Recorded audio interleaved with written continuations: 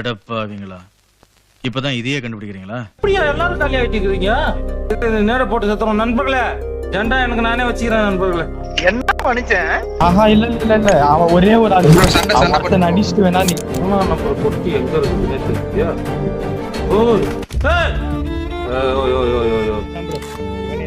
Bro bro map open பண்ணி check பண்ண 3ஆம் நம்பர் பொட்டி எங்க வந்துக்குதுல, நம்மள பொட்டி ஆக்கிட்டானுங்க.